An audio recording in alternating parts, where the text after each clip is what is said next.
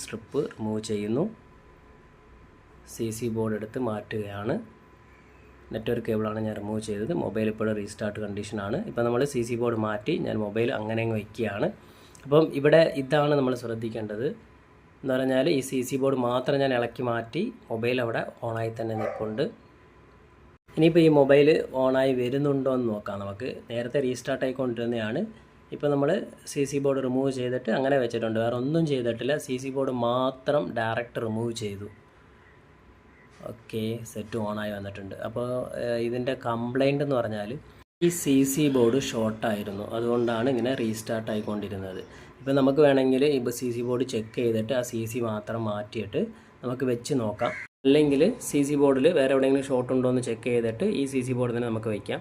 പക്ഷേ C C ബോർഡിൻ്റെ വില എത്രയാണെന്ന് നമുക്ക് എല്ലാവർക്കും, സർവീസ് ചെയ്യുന്നവർക്ക് എല്ലാവർക്കും അറിയാം. ഞാനിവിടെ C C board original change ചെയ്യാൻ പോവുകയാണ്. ഒറിജിനൽ